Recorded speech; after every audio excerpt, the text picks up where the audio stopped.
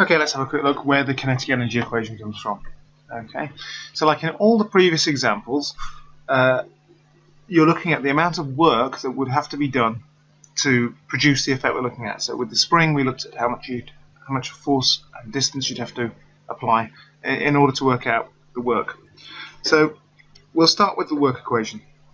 How much work would be needed to get an object up to this velocity? Okay, you'd need to apply force through a given distance to cause an acceleration, which is what you're seeing on this velocity time graph, to get it to get to this speed or this velocity.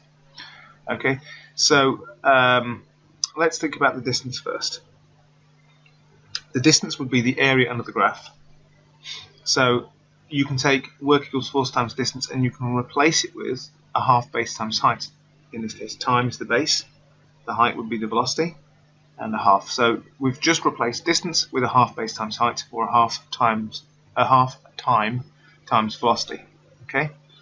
Next, let's think about the fact that the force required to accelerate this thing would be equal to the mass times acceleration. So I can replace force with mass times acceleration, Newton's second law. Now let's think that acceleration is equal to change in velocity over time, which is the gradient of this graph. So I can replace acceleration with change in velocity over time. And now I've just got to do some tidying up.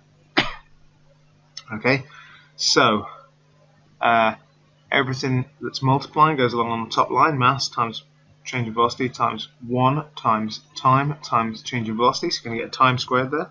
So you're going to get a velocity squared there.